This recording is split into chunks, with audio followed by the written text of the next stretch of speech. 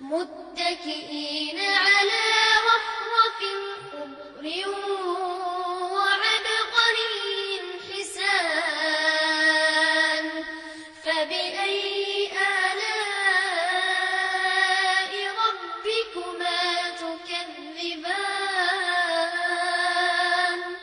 تبارك اسم ربك ذي الجلال والإكرام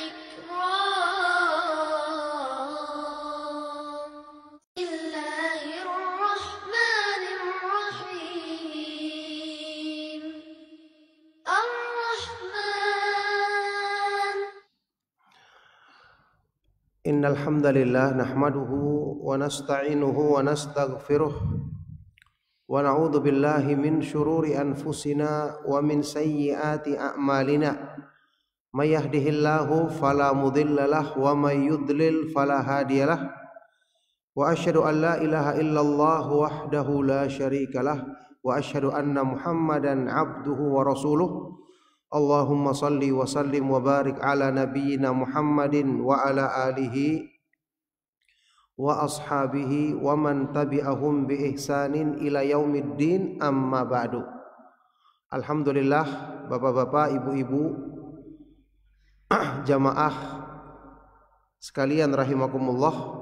Alhamdulillah, kita bersyukur kepada Allah Subhanahu wa taala yang mempertemukan kita kembali di masjid yang mulia ini, masjid yang penuh berkah ini, di dalam majelis ilmu untuk saling menasihati dalam kebaikan dan ketaatan kepada Allah Subhanahu wa taala. Di dalam majelis pengajian yang disinilah kita berusaha untuk mempelajari sebab-sebab yang mendekatkan diri kita kepada Allah Subhanahu wa taala, sebab-sebab yang memperbaiki keimanan kita, memperbaiki ibadah kita dan penghambaan diri kita kepada Allah Subhanahu wa taala. Majelis ilmu dikatakan oleh Rasulullah sallallahu alaihi wasallam dalam sebuah hadis yang sahih, "Idza marartum bi riyadil jannati farta'u." Jika kalian melewati taman-taman surga, maka bersenang-senanglah padanya. Nikmatilah. Qila wa ma riyadul jannah ya Rasulullah. Ada yang bertanya, apa itu taman-taman surga wahai Rasulullah sallallahu alaihi wasallam? Maka beliau sallallahu alaihi wasallam menjawab, hilaqudz dzikri, majelis-majelis pengajian, tempat-tempat pengajian yang di situ diagungkan dan dibesarkan nama Allah Subhanahu wa taala, dibahas tentang hukum-hukum yang indah di dalam agamanya. Maka alhamdulillah kita bersyukur kepada Allah Subhanahu wa taala, di pagi hari ini kita bisa mengadakan kembali pengajian di masjid yang mulia ini, yang semoga Allah Subhanahu wa taala jadikan ini semua sebagai sebab yang akan memperberat timbangan amal kebaikan kita pada hari kiamat, sewaktu kita menghadap Allah Subhanahu wa taala pada hari kiamat nanti. Barakallahu fikum jamaah sekalian rahimakumullah.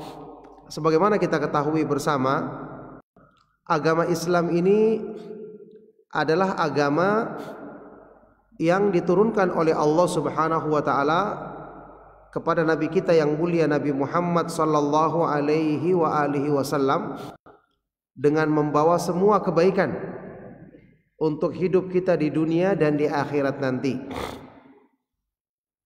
Artinya, semakin banyak kita pahami dan mengamalkan agama, semakin banyak kita memahami dan mengamalkan agama, berarti semakin besar juga kebaikan yang kita sempurnakan pada diri kita. Allah Subhanahu wa taala berfirman di dalam Al-Qur'an di surat Al-Anfal ayat ke-24, Ya ayyuhalladzina amanu stajibu lillahi walir rasuli idza da'akum lima yuhyikum. Wahai orang-orang yang beriman, penuhilah, ikutilah panggilan Allah dan panggilan Rasulnya yang mengajakmu untuk memberikan kebaikan hidup bagimu. Jadi Allah Subhanahu wa taala menurunkan petunjuknya di dalam Al-Qur'an kemudian dijelaskan oleh Nabi kita yang mulia Nabi Muhammad sallallahu alaihi wasallam di dalam hadis-hadis beliau. Ini tujuannya adalah untuk memperbaiki kehidupan kita, menjadikan kehidupan kita dekat dengan sebab-sebab kebaikan dengan semakin banyak kita mempelajari dan mengamalkan agama Allah Subhanahu wa taala. Makanya Nabi sallallahu alaihi wasallam di dalam hadis yang sahih memperumpamakan petunjuk yang beliau bawa itu seperti hujan yang turun untuk menyuburkan tanah yang gersang dan tandus. Ya, itu disebutkan di dalam hadis yang diriwayatkan oleh Imam Bukhari dan Muslim dari sahabat Abu Musa al-Asy'ari radhiyallahu taala anhu bahwa Nabi Muhammad sallallahu alaihi wasallam bersabda, "Inna mathala ma ba'athani Allahu bihi minal huda wal ilmi kamathali ghaithin asaba ardan." Sesungguhnya perumpamaan atau permisalan dari petunjuk dan ilmu yang Allah turunkan kepadaku, ya, yang Allah Subhanahu wa taala menjadikannya untuk disebarkan kepada manusia adalah seperti perumpamaan hujan. Al-ghaith itu artinya hujan yang bermanfaat yang diturunkan di muka bumi. Jadi bisa kita bayangkan bagaimana kondisi tanah yang gersang yang tidak kena hujan pasti akan mati, tidak menumbuhkan kebaikan, ya, tidak diambil manfaatnya oleh makhluk hidup karena tidak ada kebaikan padanya. Maka agama Islam diturunkan benar-benar untuk menghidupkan hati manusia, untuk menyuburkan kebaikan-kebaikan pada dirinya. Makanya agama Islam ini merupakan nikmat terbesar yang Allah Subhanahu wa taala turunkan kepada manusia. Kita ingat ketika Allah Subhanahu wa taala berfirman di surat Al-Maidah ayat yang ketiga, ketika menyebutkan kesempurnaan agama ini, Allah Subhanahu wa taala berfirman, "Al-yauma akmaltu lakum dinakum wa atmamtu alaikum ni'mati wa raditu lakumul Islam dinan." Pada hari ini aku telah sempurnakan bagimu agamamu. Kemudian dan aku telah cukupkan nikmatku atasmu. Jadikan lengkap nikmat dalam Islam ini bagi kaum muslimin. Dan telah aku ridhoi agama Islam ini sebagai agamamu. Dengan Islam disempurnakan oleh Allah sebagai sebaik-baik petunjuknya, maka berarti nikmat yang Allah turunkan kepada kita juga lengkap dan sempurna. Ya, makanya kaum muslimin tidak perlu mencari agama selain agama Islam, karena inilah satu-satunya agama yang diridhai oleh Allah Subhanahu wa taala. Sebagaimana kaum muslimin tidak perlu mencari panutan, tidak perlu mencari imam selain imam kita satu-satunya, yaitu Nabi kita yang mulia Nabi Muhammad sallallahu alaihi wasallam. Maka inilah gambaran tentang keindahan dan kesempurnaan Islam. Oleh karena itu, Bapak Ibu dan jamaah sekalian rahimakumullah, di dalam beragama, agar kita benar-benar merasakan keindahan dan kenikmatan agama ini, kita harus mempelajarinya. Karena Al-Quran perlu kita kaji, perlu kita baca dengan benar sesuai dengan tajwid yang benar, dengan makhraj yang benar. Juga kita harus fahami kandungan maknanya. Iya kan? Al-Quran kan disebut sebagai sebaik-baik petunjuk, sebagai ucapan yang paling benar. Allah Subhanahu wa taala berfirman, "Inna hadzal Qur'ana yahdi lillati hiya aqwam." Sesungguhnya Al-Qur'an ini benar-benar memberikan petunjuk kepada jalan yang paling lurus. Ya, jadi kita harus pelajari, kita harus pahami kandungan isinya. Kemudian Al-Qur'an juga diterangkan maknanya oleh Nabi kita yang mulia Nabi Muhammad sallallahu alaihi wasallam.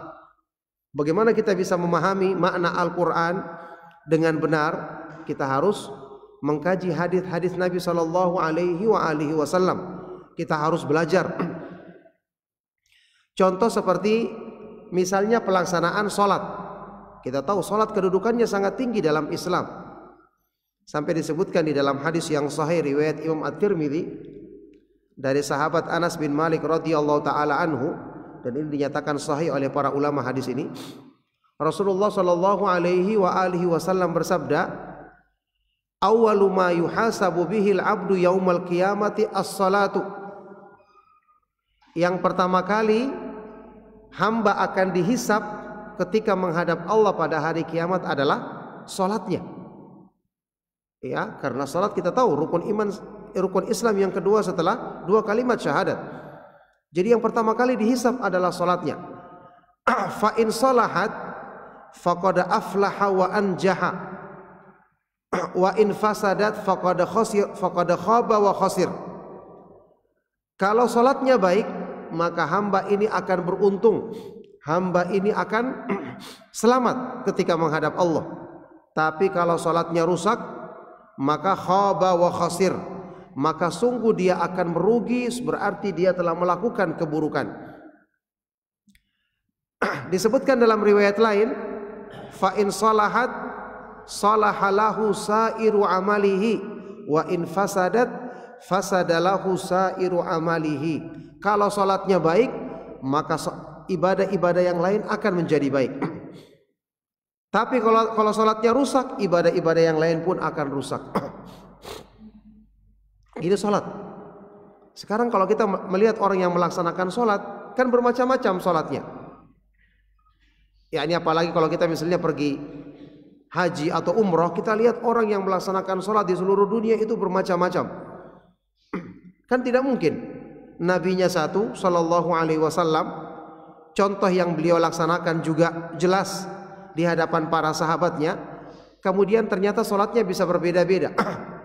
Ya, ada yang orang ketika mengucapkan takbiratul ihram Allahu akbar dia langsung begini tanpa bersedekap. Kan ini jelas salah, iya kan? Tapi diamalkan oleh sebagian kaum muslimin karena mengikuti pendapat dari orang tuanya atau yang dianggap sebagai tokoh di negerinya mungkin, padahal tidak sesuai dengan petunjuk Nabi Muhammad SAW yang memerintahkan kita untuk bersedekap setelah mengucapkan takbiratul ihram waktu membaca Al-Fatihah dan surat. Maksudnya di sini ada orang yang mengamalkan sholat tapi berdasarkan ini versi masing-masing, pendapat masing-masing. Sementara Allah Subhanahu wa taala yang memerintahkan kepada Nabi Muhammad sallallahu alaihi wasallam untuk menjelaskan makna Al-Qur'an. Di dalam surat An-Nahl Allah Subhanahu wa taala berfirman, "Wa anzalna ilaika dzikra litubayyana lin-nasi ma nuzzila ilaihim." Dan kami turunkan kepadamu wahai Nabi Muhammad sallallahu alaihi wasallam peringatan atau Al-Qur'an ini supaya engkau jelaskan kepada manusia, supaya kamu jelaskan kepada mereka apa yang telah diturunkan kepada mereka. Jadi Nabi Muhammad sallallahu alaihi wasallam ini tugas utama beliau menjelaskan makna firman Allah, menjelaskan makna Al-Qur'an. Contoh seperti perintah melaksanakan sholat tadi, kan dalam Al-Quran hanya disebut apa? Wa aqimus sholah, dan dirikanlah sholat. Ini perintahnya. Sekarang bagaimana cara mendirikan sholat? Mulai dari takbiratul ihram, nanti kita membaca doa istiftah atau iftitah, kemudian kita membaca surat Al-Fatihah, membaca surat yang lain. Setelah itu kita ruku, bangkit dari ruku terus sampai sujud, sampai tahiyat, sampai selesai mengucapkan salam. Dari mana kita mengetahui semua ini? Kan tidak ada dalam Al-Quran. Tentu kita mengetahui dari contoh dan praktek yang dipraktekkan oleh Nabi Muhammad SAW, yang beliau bersabda dalam hadis sahih riwayat Imam Bukhari, "Sallu kama ra'aitumuni usolli." Salatlah kalian sebagaimana kalian melihat aku salat. Kita tentu tidak pernah melihat Nabi Muhammad SAW karena jauhnya masa kita dengan masa beliau. Tapi yang menyaksikannya adalah para sahabatnya, murid-muridnya, yang kemudian menyampaikannya kepada kita. Sampai hari ini alhamdulillah kita bisa melaksanakan sholat sebagaimana yang dicontohkan oleh Nabi Muhammad sallallahu alaihi wasallam, sebagaimana yang dimuat secara bersambung sanadnya, mata rantai periwayatannya di buku-buku atau di kitab-kitab yang memuat hadits-hadits yang sahih, misalnya Sahih Bukhari atau Sahih Muslim, sampai sekarang alhamdulillah masih bisa kita baca. Bahkan sebagian dari para ulama mengumpulkannya di buku-buku khusus tentang masalah salat. Ya, karena bagaimanapun pasti kita kaum muslimin yakin, ya kan, agama Islam ini akan selalu terjaga sampai di akhir zaman. Banyak orang-orang yang berusaha untuk mengkaburkannya, untuk merusaknya, tapi kita yakin penjagaan Allah terhadap agama ini adalah penjagaan yang sempurna. Di dalam Al-Quran Allah subhanahu wa ta'ala berfirman, inna nahnu nazzalna dzikra wa inna lahu lahafidhun. Sesungguhnya kamilah yang menurunkan Al-Quran, peringatan atau Al-Quran, dan sesungguhnya kamilah yang akan menjaganya. Al-Quran terjaga, berarti ini juga jaminan bahwa hadis Nabi Muhammad sallallahu alaihi wasallam yang menjelaskan makna Al-Quran juga pasti akan terjaga, terpelihara kemurniannya sampai di akhir zaman. Oleh karena itu, jamaah sekalian rahimakumullah, kewajiban kita sebagai seorang muslim adalah belajar tentang agama ini. Yang paling utama belajar tentang iman. Karena orang yang imannya tidak benar atau imannya rusak, ketika dia menjalankan agama, maka bisa jadi ibadahnya tidak diterima sesuai dengan kelemahan imannya. Ikhlas kan buah yang paling manis daripada iman. Orang yang beramal tidak ikhlas, tertolak amalnya. Allah subhanahu wa ta'ala berfirman di dalam Al-Quran di surat Al-Ma'idah, wa may yakfur bil imani faqad habita amaluhu wa huwa fil akhirati minal khasirin. Barang siapa yang mengingkari keimanan, maka sungguh telah gugur amal-amalnya, telah sia-sia amalnya, dan di akhirat nanti dia termasuk orang-orang yang merugi. Jadi iman kita perlu pelajari. Sumber pelajaran atau ilmu tentang iman adalah dari Al-Quran pastinya. Bahkan Al-Quran yang paling baik dalam menjelaskan tentang masalah iman. Kemudian dari hadis-hadis Nabi Muhammad sallallahu alaihi wasallam yang menjelaskan tentang perincian iman. Bagaimana iman kepada Allah, bagaimana iman kepada para malaikat, bagaimana iman kepada kitab-kitab Allah, kepada para nabi dan para rasul alaihi wassalatu wassalam, bagaimana iman kepada hari kiamat, hari akhir, bagaimana mengimani takdir Allah yang baik dan yang buruk. Ini semua ada dalam agama kita. Kalau kita ingin menghadap Allah subhanahu wa ta'ala dalam keadaan mendapatkan keridhoannya, maka kita harus menyambut agama ini. Kita harus benar-benar memahami agama ini, kemudian mempraktekannya dengan sebaik-baiknya di dalam agama kita. Barakallahu fikum. Jamaah sekalian rahimakumullah, contoh kembali tentang masalah salat. Ada sebuah hadis Rasulullah sallallahu alaihi wasallam yang juga diriwayatkan oleh Imam At-Tirmidzi di dalam sunannya. Hadis ini dinyatakan hasan derajatnya oleh sebagian dari para ulama. Rasulullah sallallahu alaihi wasallam menggambarkan tentang salat. Di dalam hadis ini beliau sallallahu alaihi wasallam bersabda, innal abda la yusalli as-salata ma yuktabu lahu minha illa nisfuha thuluthuha rubu'uha khumusuha ila usyuruha. Sungguh seorang hamba, dia benar-benar akan melaksanakan salat, tetapi tidaklah dituliskan baginya dari keutamaan salat itu kecuali kadang setengahnya, kadang sepertiganya, kadang seperempatnya, seperlimanya, seperenamnya, sepertujuhnya, seperdelapannya, sepersembilannya, sepersepuluhnya. Disebutkan demikian dalam lafaz hadis tersebut. Taib, ini artinya apa?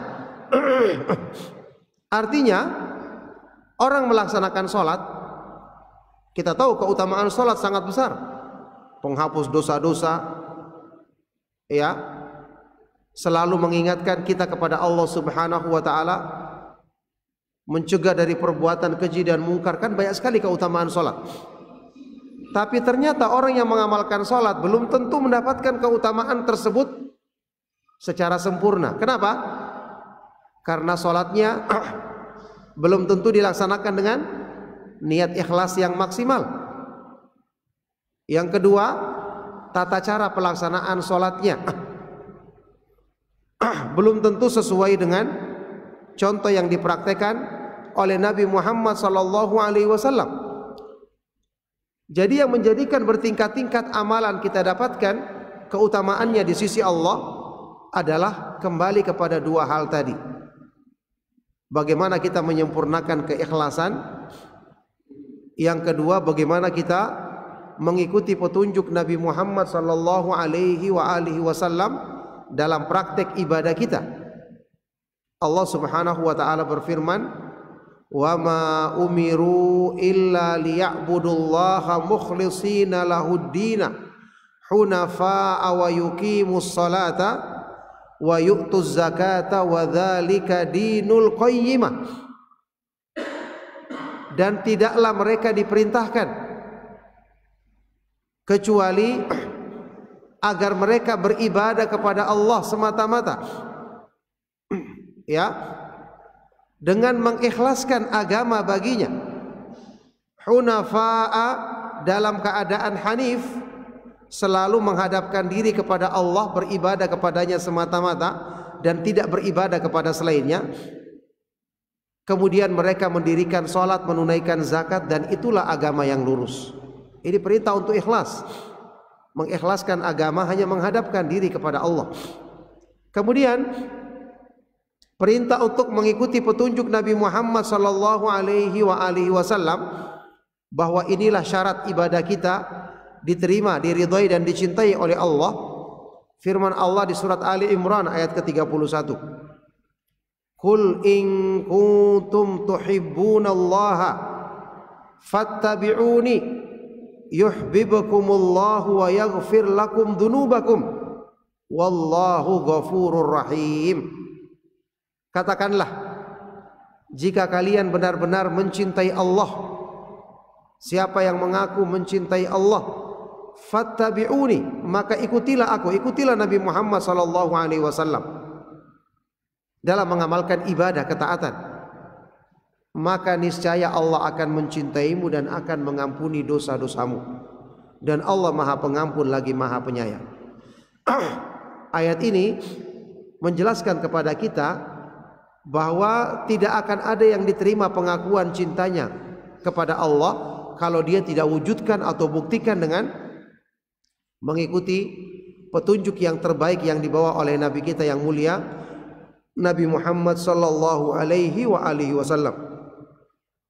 Coba lihat jamaah sekalian rahimakumullah, di dalam tafsir Ibnu Katsir ketika beliau menafsirkan ayat ini, Imam Ibnu Katsir berkata, "Hadhil ayatul karimatu hakimatun ala kulli man idda'a mahabbatallahi wa laysa huwa ala tariqatil muhammadiyyati fa huwa kadzibun fi da'wahu."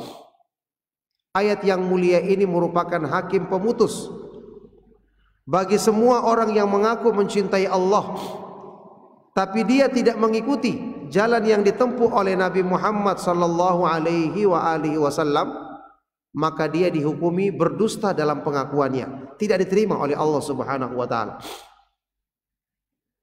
Jadi kita bisa bayangkan, salat kita, ibadah puasa kita, zakat kita, bacaan Al-Qur'an kita, zikir kita, ya, ini kan ibadah-ibadah yang mulia, yang pastinya kita tidak ingin sia-sia ketika menghadap Allah pada hari kiamat nanti. Kita ingin dapatkan keutamaan dan kemuliaannya.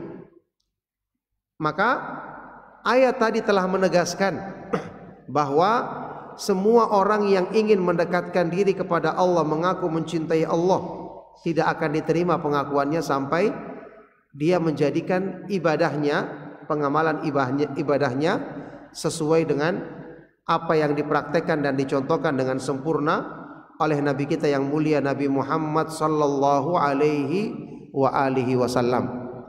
Oleh karena itu ini yang menjadikan kita wajib untuk mempelajari agama ini. Wajib untuk selalu mengikuti petunjuk Nabi Muhammad sallallahu alaihi wasallam. Ya, kita tidak hanya sekedar mengaku, tapi kita buktikan. Kita belajar hadis-hadis Nabi sallallahu alaihi wasallam, bagaimana beliau beribadah, melaksanakan salat, bagaimana beliau berpuasa dan mengamalkan ibadah-ibadah yang lain, supaya kita tidak beribadah itu hanya sekedar mengikuti misalnya kebiasaan di masyarakat kita. Masyarakat banyak, masing-masing orang punya kebiasaan mungkin. Tadi yang sudah kita katakan, kalau kita lihat di Masjidil Haram, Masjid Nabawi, Masya Allah, orang mengamalkan ibadah itu bisa berbeda-beda.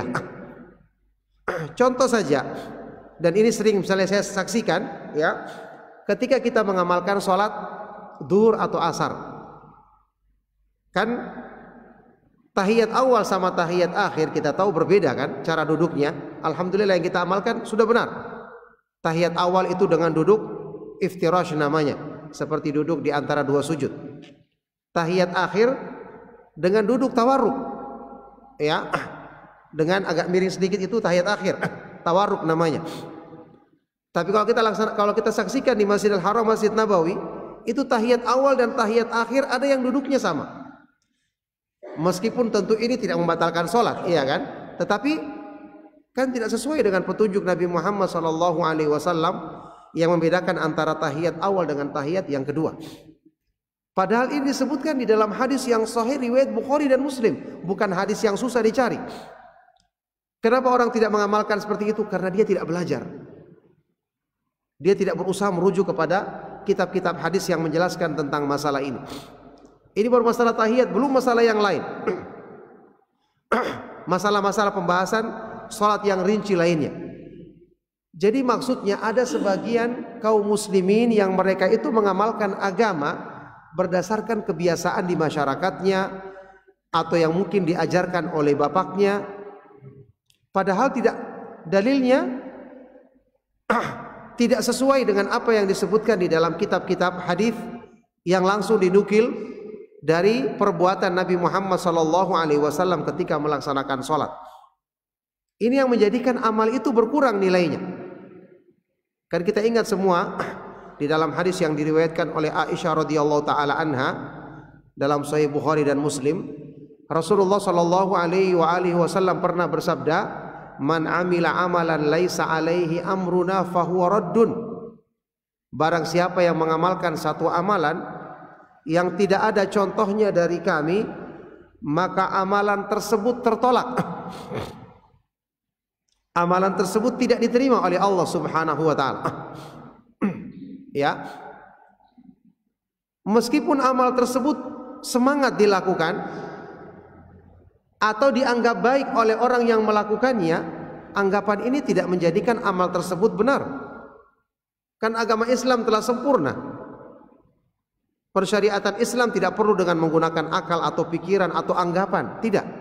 Semua kebaikan sudah diturunkan dalam Islam, sudah dicontohkan dengan sempurna oleh Nabi Muhammad SAW, sehingga setelah beliau wafat tidak tersisa sedikit pun kebaikan yang kita inginkan untuk melakukannya agar dekat dengan Allah, kecuali sudah ada dalam Islam. Dan tidak tersisa sedikit pun keburukan-keburukan yang kita ingin tinggalkan agar tidak celaka di dunia dan di akhirat, kecuali semua telah diperingatkan oleh Nabi Muhammad SAW dalam agama ini.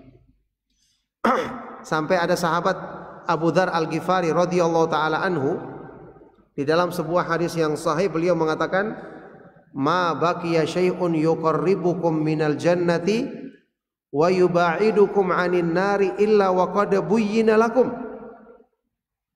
Tidak tertinggal, tersisa sedikit pun dari perbuatan-perbuatan yang bisa mendekatkanmu ke surga dan menjauhkanmu dari neraka, kecuali semua telah dijelaskan kepadamu di dalam agama Islam yang agung ini, agama Islam yang lengkap dan sempurna ini.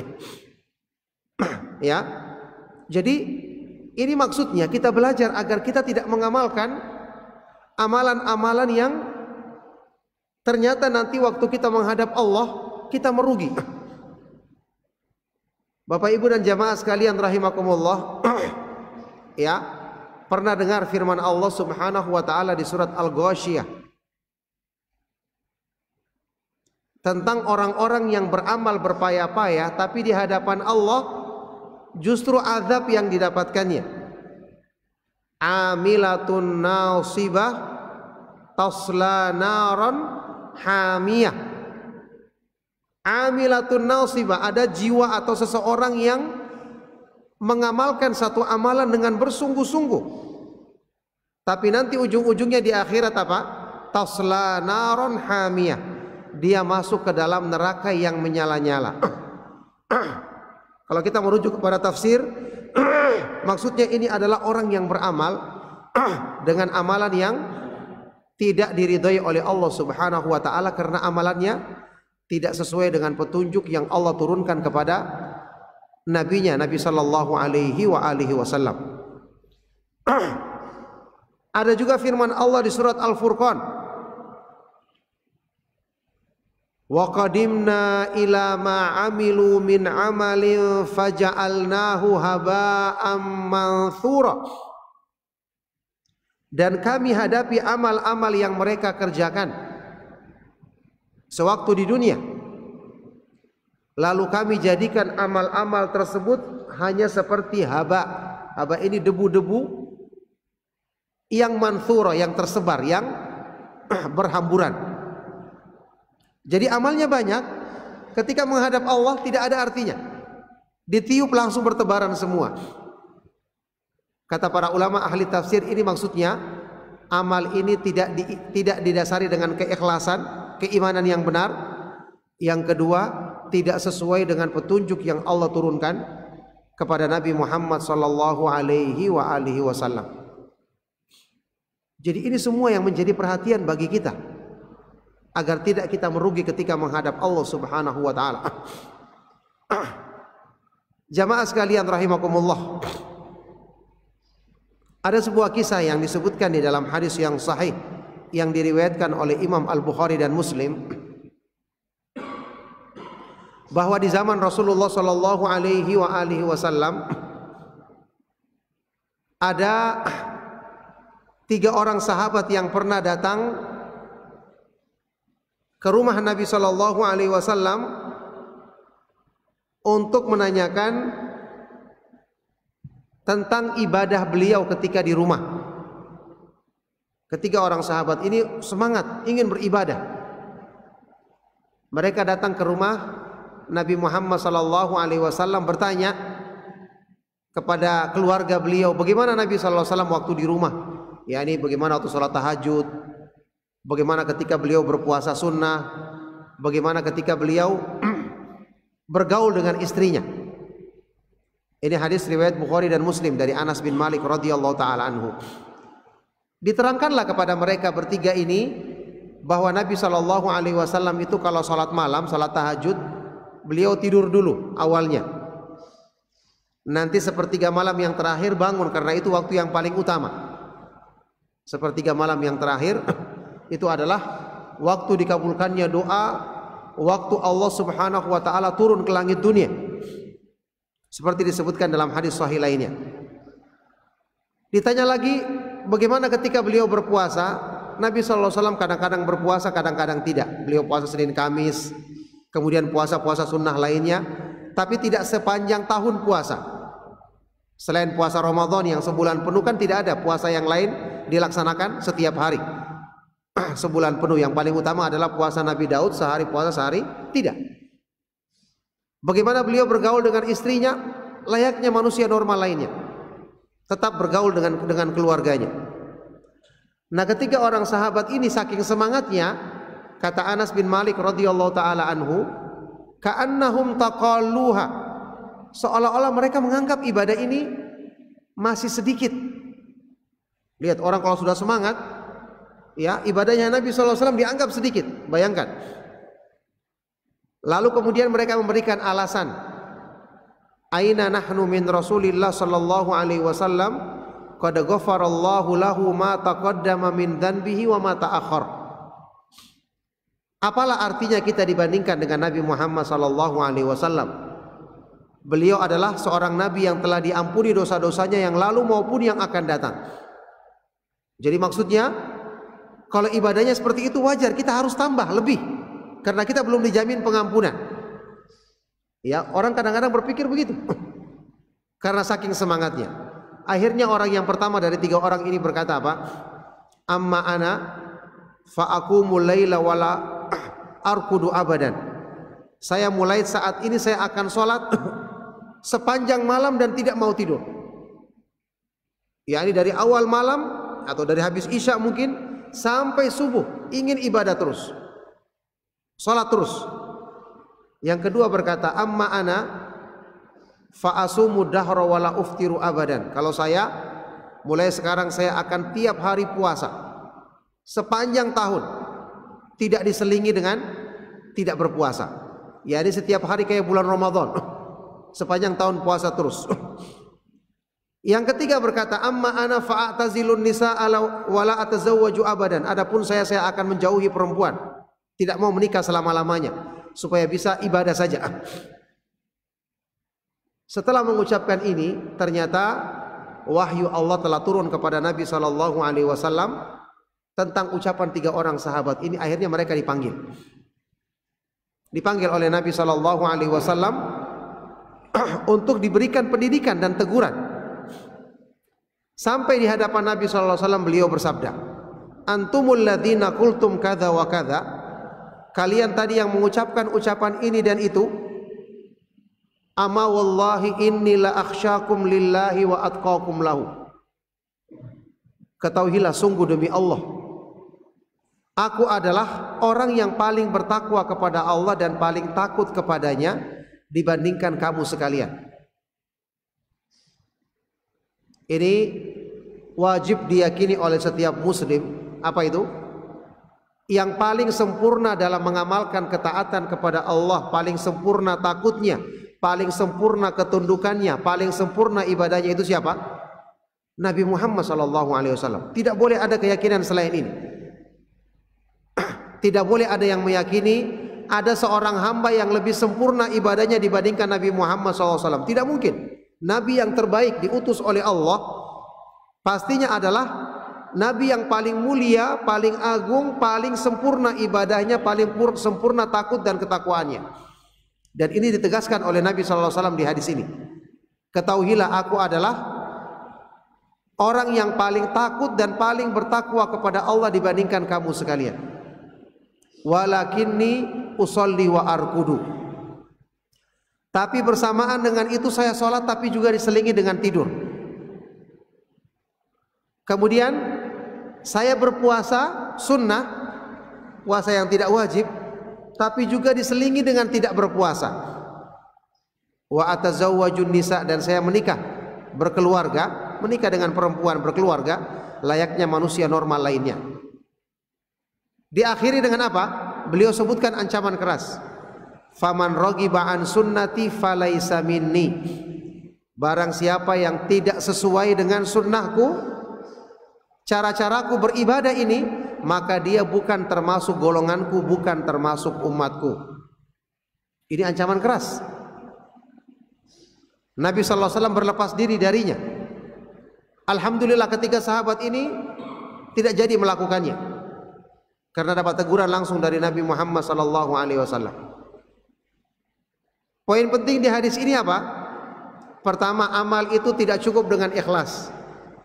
Karena ketiga orang ini jelas ikhlas niatnya, makanya mereka datang sembunyi-sembunyi ke rumah Nabi Muhammad SAW. Ikhlas harus disertai dengan perbuatan yang benar. Ya, dalam Islam itu tidak boleh karena niatnya baik, caranya apa saja, tidak boleh. Ya, ini seperti kita dulu mungkin pernah menyaksikan tontonan. Ya, ada orang pahlawan, dia mendatangi rumah orang-orang kaya yang tidak bayar zakat, dicuri hartanya, dirampok hartanya untuk dibagi-bagikan kepada orang miskin. Ini kan niatnya baik, iya kan? Untuk orang miskin, tapi apakah caranya benar? Tidak benar, tidak boleh kita merampok. Tidak boleh kita menyakiti orang. meskipun niat kita benar. Islam itu mengajarkan niat yang benar juga cara berbuat yang benar. Bukan cuma niat di hati yang benar, tapi juga amal perbuatan benar.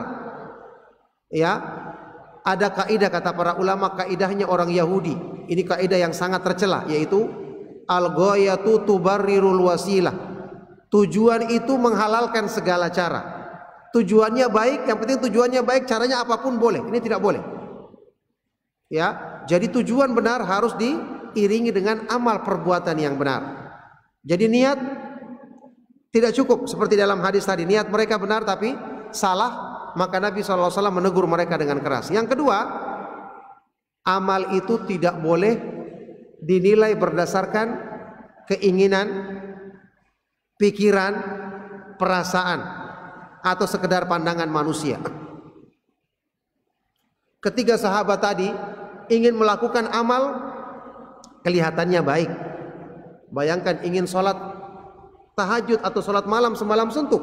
Siapa yang mengatakannya buruk kalau hanya pertimbangan akal dan perasaan?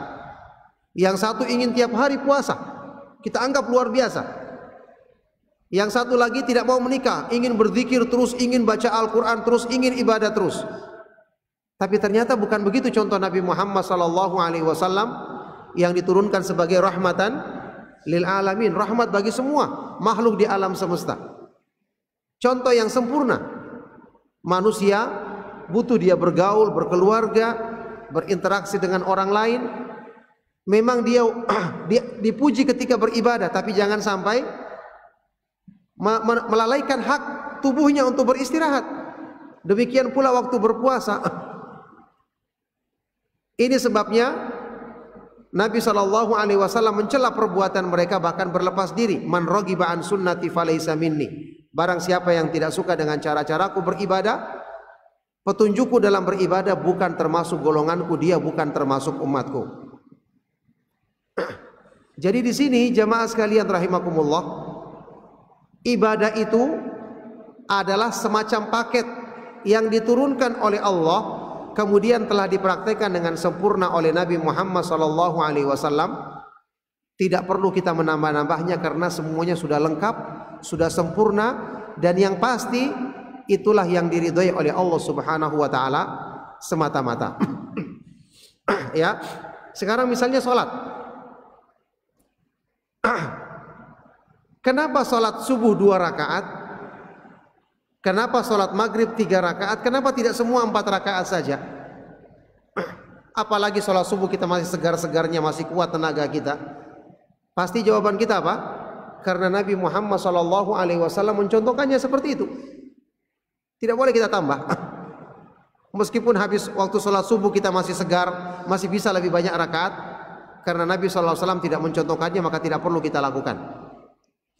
Kenapa Nabi Muhammad SAW sewaktu berzikir setelah selesai sholat, setelah membaca istighfar 3 kali, Allahumma antas salam dan seterusnya, kemudian juga beliau membaca zikir yang disyariatkan, subhanallah berapa kali? 33 kan? Alhamdulillah berapa kali? 33 kali. Allahu Akbar berapa kali? 33 kali, dilengkapi dengan la ilaha illallah wahdahu la syarikalah sampai selesai. Jadi 100. Kalau ada yang berpikir, 33 kurang mantap, 100 kalian, 100, 100, 100. Boleh apa tidak? Tidak boleh. Karena kalau seandainya itu lebih baik, pasti Allah sudah turunkan kepada Nabi Muhammad SAW dan diamalkan. Jadi kadang-kadang orang berpikir dengan pikirannya. Allah ini yang menurunkan syariat, dan syariat ini adalah syariat yang sempurna yang dipilih oleh Allah sebagai kebaikan yang paling sesuai dengan manusia. Kalau seandainya ada kebaikan lain, pasti Allah sudah turunkan. Namanya agama sempurna. Al-yauma akmaltu lakum dinakum. Pada hari ini aku sempurnakan bagimu agamamu. Sempurna itu artinya lengkap dan cukup. Kalau dilakukan lebih berarti melampaui batas. Kalau dilakukan kurang berarti tidak sempurna namanya. Itulah agama Islam. Ya. Jadi kita tidak boleh menambah-nambah meskipun kita anggap baik. Sampai ada sebuah riwayat, ya, Imam Malik bin Anas, Imam Malik ini salah satu imam madhab yang 4, ya, dan termasuk guru utamanya Imam Syafi'i rahimahullah taala. Imamnya penduduk Madinah di zaman tabi'ut tabi'in. Ketika beliau sedang menyampaikan pengajaran agama di Masjid Nabawi, ada orang yang ingin berumroh dari Madinah. Ya, penduduk Madinah itu kan telah ditentukan oleh Rasulullah Shallallahu Alaihi Wasallam. Kalau kita ingin mulai umroh atau haji, kita mulai dari namanya miqat, tempat untuk memulai ihram. Ya, kalau dari Madinah itu namanya Dzul Hulaifah, atau sekarang orang bilangnya Bir Ali atau Abyar Ali. Nama aslinya adalah Dzul Hulaifah. Ya, dari Masjid Nabawi itu kalau kita naik kendaraan ya sekitar setengah jam atau lebih sedikit sampai di tempat tersebut. Kalau naik bis ya. Nah, orang ini rupanya dia datang kepada Imam Malik rahimahullah taala bertanya, "Ayyuhal imam, inni uridul umrah, min aina abda al-ihram?" Wahai imam, saya ingin melakukan umrah. Dari mana saya mulai berihram? Itu ya, dia tanya, dari mana saya mulai berihram? Maka Imam Malik rahimahullah taala menjawab, min Dzul Hulaifah, min haitsu ahrama an-nabiy sallallahu alaihi wasallam. Kamu berihram dari Dzul Hulaifah. Pergi ke daerah Dzul Hulaifah, namanya sekarang sudah dibuat masjid, sudah dibuat tempat khusus ya supaya memudahkan. Dari tempat yang disitulah Nabi sallallahu alaihi wasallam memulai ihramnya. Ada Masjid Nabawi, tapi Nabi SAW tidak mulai dari Masjid Nabawi. Ke tempat itu dulu, berhenti, memulai, baru start dari situ mengucapkan labbaik Allahumma umratan, ya Allah kami menghadapmu dengan berumrah. Kemudian baca talbiyah labbaik Allahumma labbaik sampai selesai. Orang ini kurang puas. Apa katanya? Uridu an uhrim minal masjid min indil qabr. Tapi saya maunya memulai ihram dari Masjid Nabawi saja. Lebih mantap Masjid Nabawi menurut dia. Dari sisi kuburan Nabi sallallahu alaihi wasallam. Saya ingin dari masjid dari sisi kuburan Nabi sallallahu alaihi wasallam. Pemikiran dia cuman sekedar berapa kilometer saja saya mulai ya. Maka Imam Malik berkata kepadanya, la taf'al, inni akhsha alaikal fitnah. Jangan lakukan. Saya khawatir kamu ditimpa fitnah nanti. Ditimpa sesuatu yang merusak agamamu. Orang ini berkata, wa ayyu fitnatin fi hadhi? Fitnah apa? Ini saya cuma nambah. Fitnah apa dalam hal ini? Innama hiya amyalun aziduha. Cuma beberapa mil saja, beberapa kilometer saya tambah. Saya mulai dari sini. Kata Imam Malik ketika mendengarkan ini, beliau berkata, wa ayyu fitnatin a'zam annaka wa ayyu fitnatin a'zama min annaka tara min antara annaka sabaqta ila fadilatin qassara anha Rasulullah sallallahu alaihi wasallam. Fitnah apa yang lebih besar dari cara memandangmu bahwa kamu menganggap mendahului melaksanakan satu keutamaan yang dulunya Nabi sallallahu alaihi wasallam tidak melakukannya. Kamu menganggap petunjukmu lebih baik daripada petunjuk Nabi Muhammad sallallahu alaihi wasallam. Inni sami'tullaha yaqul, ada firman Allah Subhanahu wa taala dalam Al-Qur'an, falyahdharil ladzina yukhalifuna an amrihi an tusibahum fitnatun aw yusibahum adzabun alim. Hendaknya merasa takut orang yang menyelisihi perintah Nabi sallallahu alaihi wasallam, petunjuk Nabi Muhammad sallallahu alaihi wasallam, dia akan ditimpa fitnah, yakni kerusakan dalam agamanya, atau dia akan ditimpa azab yang pedih pada hari akhirat nanti. Ini firman Allah di surat An-Nur. Ya. Jadi Imam Malik menyebutkan orang yang sengaja menyelisih petunjuk Nabi Muhammad sallallahu alaihi wasallam tidak merasa cukup, itu terancam agamanya bisa rusak, bisa masuk penyakit-penyakit ya yang merusak pemahamannya, bisa terjangkiti penyakit naudzubillah min dzalik, kemunafikan atau yang lainnya. Kenapa? Karena dia tidak merasa cukup dengan petunjuk Nabi Muhammad sallallahu alaihi wasallam, atau lebih mendahulukan perasaan dan akalnya dibandingkan petunjuk agama Islam yang sempurna yang telah diturunkan oleh Allah Subhanahu wa taala kepada Nabi Muhammad sallallahu alaihi wasallam. Jadi maksudnya di sini jamaah sekalian rahimakumullah, kalau kita ingin mengamalkan Islam dengan benar, amal yang sedikit tapi sesuai dengan petunjuk Allah dan Rasulnya, ini akan dapatkan keutamaan yang besar di sisi Allah Subhanahu wa taala dibandingkan amal yang kelihatannya banyak, amal yang kelihatannya besar tapi tidak sesuai dengan petunjuk Allah Subhanahu wa taala dan Rasulnya sallallahu alaihi wasallam. Oleh karena itu, inilah yang menjadikan kita berusaha untuk semangat mempelajari agama ini dengan merujuk kepada ayat-ayat Al-Quran dan hadis-hadis yang sahih dari Rasulullah sallallahu alaihi wasallam. Misalnya tentang bagaimana tata cara salat Nabi sallallahu alaihi wasallam, kita pelajari, kita kaji dari buku-buku yang memuat tentang masalah ini, yang semoga dengan ini Allah Subhanahu wa taala akan memperbaiki ibadah salat kita yang tadi sudah kita sebutkan hadisnya. Ibadah salat ini kalau sudah diperbaiki maka menjadi sebab perbaikan dari semua amal-amal yang lainnya, yang tentu ini akan menjadi sebab seorang hamba akan diterima dan diridhoi oleh Allah Subhanahu wa taala. Semoga Allah Subhanahu wa taala mudahkan itu bagi kita semua. Barakallahu fikum. Demikianlah ceramah yang bisa kami sampaikan di kesempatan kajian kita di pagi hari ini. Mudah-mudahan Allah Subhanahu wa taala memudahkan kita bisa memahami dan mengambil faedah darinya, dan juga ada rencana kalau seandainya Allah memudahkan kita bisa mengadakan kembali kajian di waktu yang berikutnya. Kita akan membaca kitab tentang tata cara salat Nabi sallallahu alaihi wasallam dari kitab yang berjudul Sifatu Salatin Nabi sallallahu alaihi wasallam minat takbiri ila taslimi ka'annaka taraha. Tata cara salat Nabi Muhammad sallallahu alaihi wasallam dari takbiratul ihram sampai mengucapkan salam seolah-olah kamu melihatnya langsung, yang ditulis oleh seorang ulama besar ahli hadis, yaitu Syekh Muhammad Nasiruddin Al-Albani rahimahullah taala. Dan kitab ini juga sudah ada terjemahannya tersebar di toko-toko buku, bahkan beberapa cetakan terjemahan untuk kita bisa memegangnya. Kalau tidak salah juga ada filenya di internet, mungkin bisa dicari. Nanti kita sama-sama membaca dan mengkajinya insyaallah. Semoga Allah Subhanahu wa taala mudahkan itu bagi kita semua.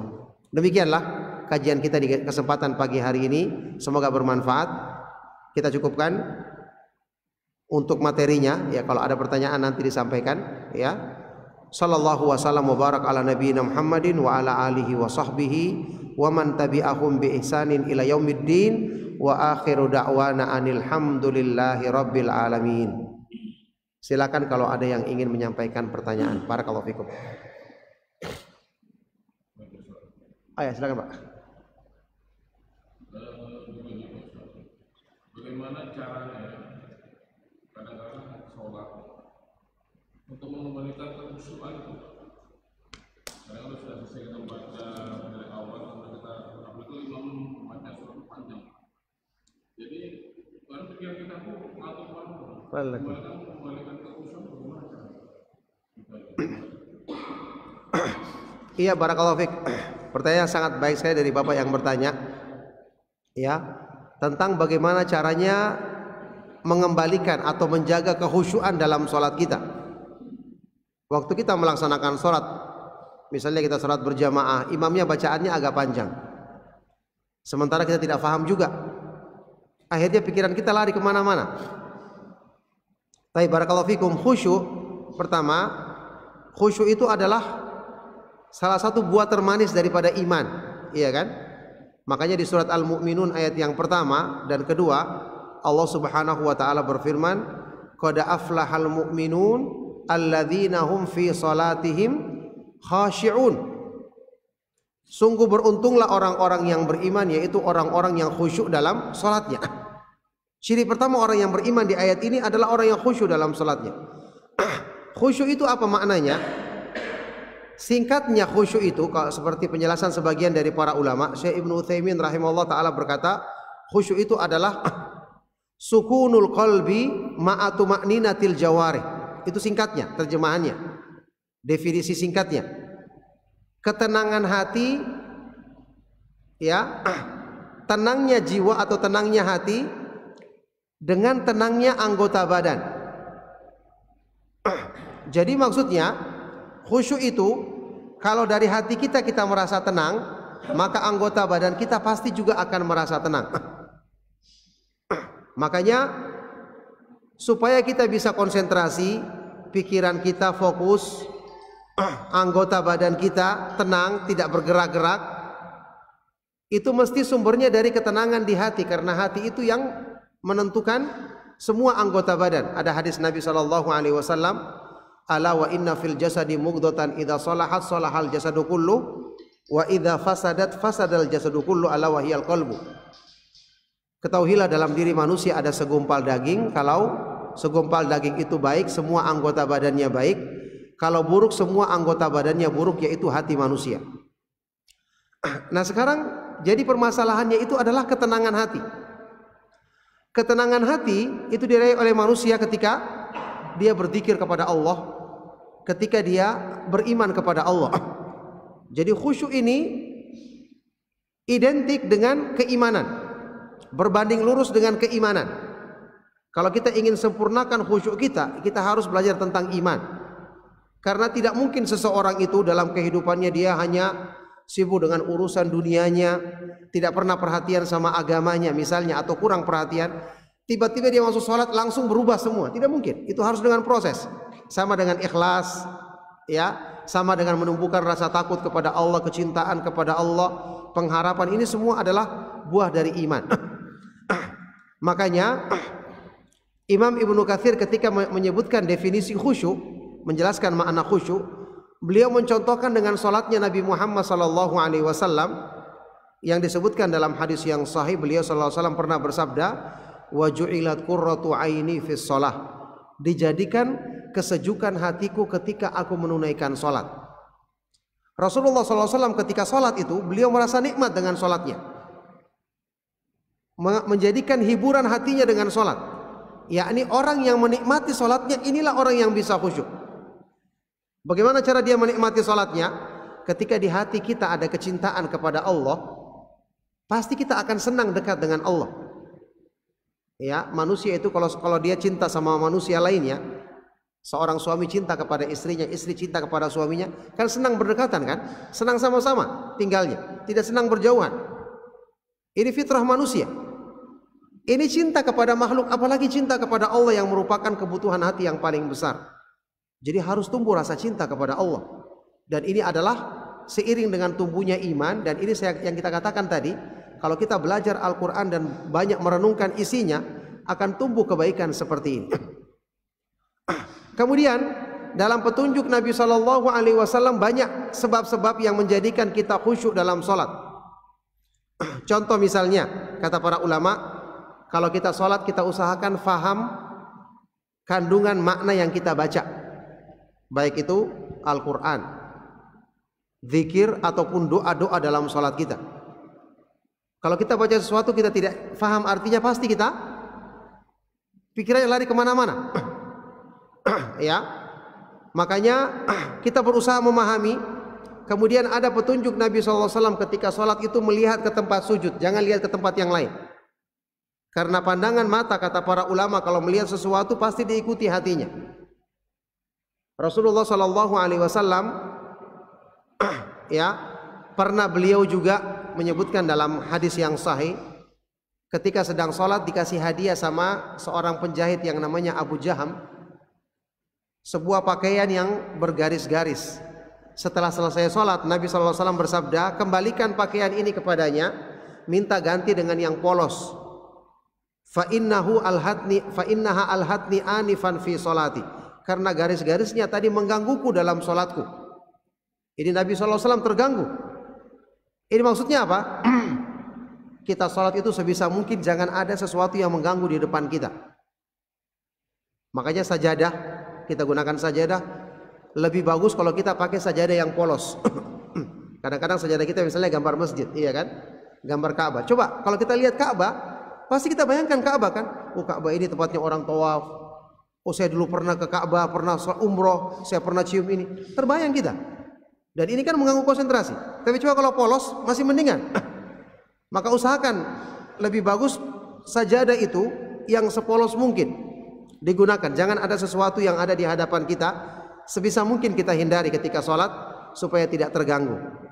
Kemudian termasuk Nabi SAW bersabda dalam sholat itu ada kesibukan. Inna fis sholati la syughlan. Sesungguhnya dalam sholat itu ada kesibukan. Ini hadis sahih. Maksudnya dalam sholat itu kita berusaha jangan sampai ada yang tempat yang kita tidak membaca apa-apa atau tidak mendengarkan imam. Imam bacaannya panjang, usahakan dengarkan. Kalau imam sholatnya sholat duhur dan asar kan bacaannya pelan, iya kan? Kadang-kadang kita baca setelah Al-Fatihah, kita baca misalnya idza jaa nasrullahi wal fath, selesai. Imamnya belum selesai. Jangan diam, baca lagi yang lain.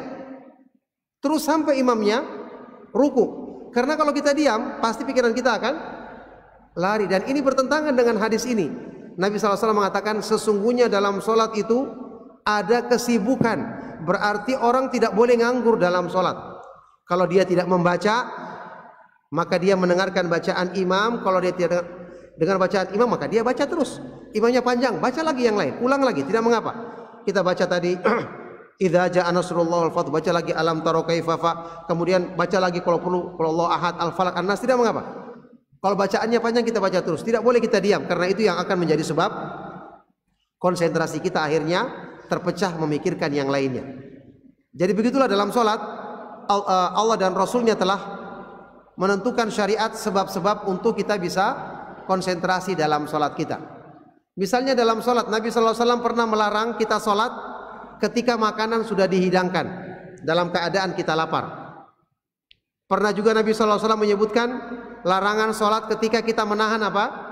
Buang air besar, buang air kecil. Makanya sebelum sholat diselesaikan semua supaya tidak tertahan-tahan nantinya.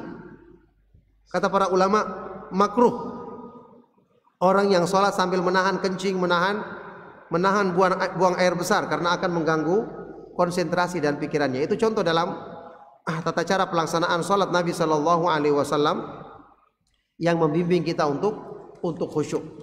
Ya tentu kita harus pelajari dan berusaha lakukan semua dengan berdoa kepada Allah Subhanahu Wa Taala agar ditolong sholat kita agar lebih dekat dengan khusyuk. Nah, kita baca pertanyaan dari akhwat. Apakah setiap sholat 2 rakaat mau sholat sunnah dan sholat wajib duduk terakhir posisi kaki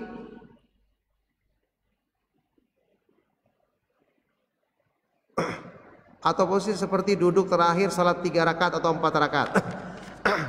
Ya, sekarang salat yang 2 rakaat atau yang 1 tahiyat, baik 2 rakaat atau 3 rakaat mungkin ya, satu kali tahiyat, duduk kita itu apakah duduknya duduk tawarruk seperti duduk tahiyat akhir yang 2 kali tahiyat itu, atau seperti duduk iftirash, duduk tahiyat awal?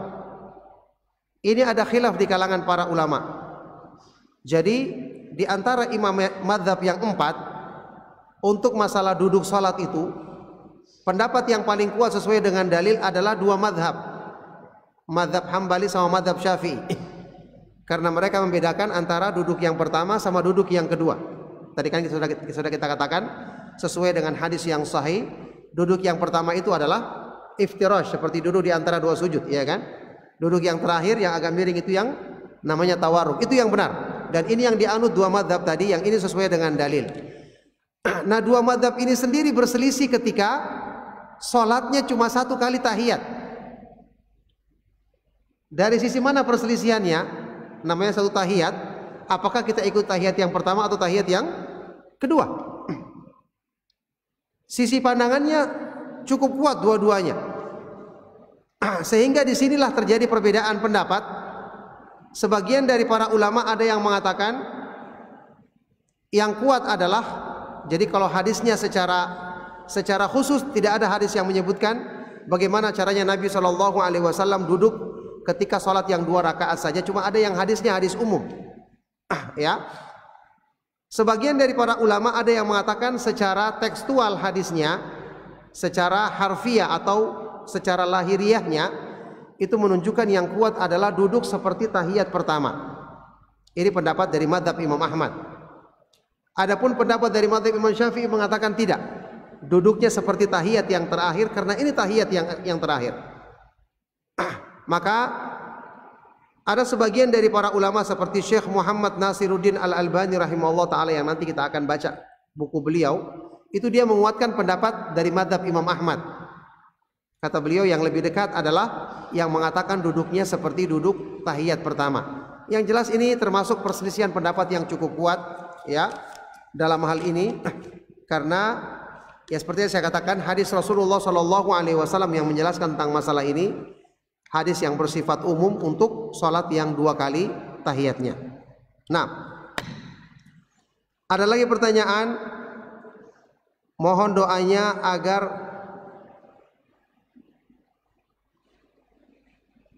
ya bisa istiqomah, dimudahkan selalu menghadiri majelis pengajian karena sempat waktu lama tidak menghadirinya. Ya, semoga Allah Subhanahu wa taala memudahkan beliau yang bertanya dan kita semua untuk selalu istiqomah di atas kebaikan agamanya, di atas ilmu dan di atas pengamalan terhadap agama Islam yang benar yang menjadi sebab keridhaan Allah Subhanahu wa taala bagi kita semua. Amin. Pada bacaan-bacaan salat yang terdapat pada sifat salat Nabi, ada bacaan yang panjang, ada yang pendek. Apakah dalam beberapa pilihan bacaan salat tersebut pengamalannya boleh disesuaikan dengan kondisi kita? Maksudnya apabila kita ada udzur atau cepat-cepat boleh memilih bacaan yang pendek. Iya, selama ada hadisnya kita boleh. Ketika ada udzur mengamalkan bacaan yang pendek, selama itu ada dalilnya. Nanti kita akan baca, misalnya doa iftitah atau istiftah, ada yang panjang, ada yang pendek. Demikian juga zikir waktu sujud, ada beberapa hadis yang sahih, ada yang subhana rabbiyal a'la saja, ada yang subhana rabbiyal a'la wa bihamdi, ada yang subuhun kudusur rabbul malaikati warruh. Bisa kita pilih.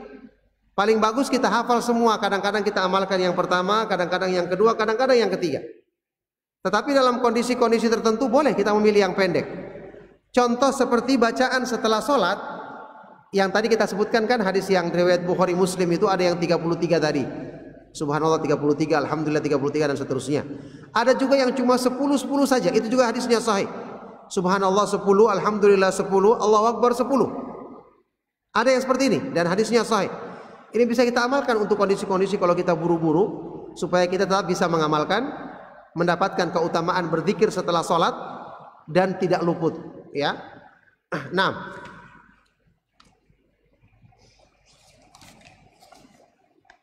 apakah setiap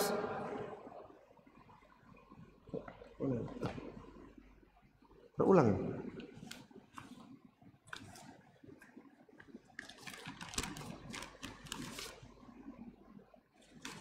Oh ya. Apakah jika kedua orang tua baru meninggal, harta yang ditinggalkan harus segera dibagi, dan yang ditinggalkan cuma rumah, dan bolehkah rumah itu kami nggak jual? Ketika orang tua telah meninggal dunia, pertama kalau kita sebut orang tua kita yang meninggal, kita doakan bagusnya. Jadi setiap kita sebut nama mereka, kita doakan rahimahullah atau rahimahumallah, semoga Allah merahmati keduanya. Ghafarallahu lahuma, semoga Allah mengampuni dosa-dosa keduanya. Jadi terbiasa kalau seorang anak itu menyebut nama orang tuanya selalu diiringi dengan doa. Kapan lagi kita sempat doakan dia kalau bukan di waktu-waktu kita ucapkan mereka.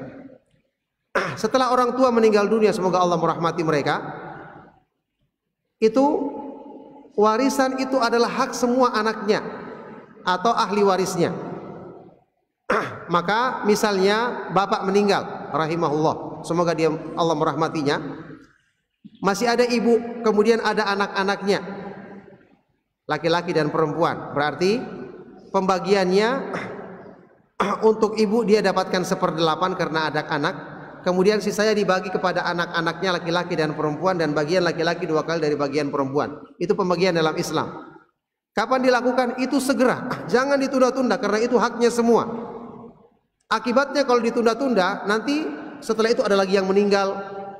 Kemudian ini lagi meninggal, akhirnya akan tumpuk-tumpuk hartanya. Sementara yang meninggal ini sudah harusnya dapat bagian misalnya, dan dia juga nanti setelah dia meninggal wariskan juga kepada anak-anaknya. Nah, kadang-kadang di masyarakat kita berlaku hal yang salah. Orang tua belum meninggal, warisan sudah dibagi. Ini belum berhak mereka mendapatkan.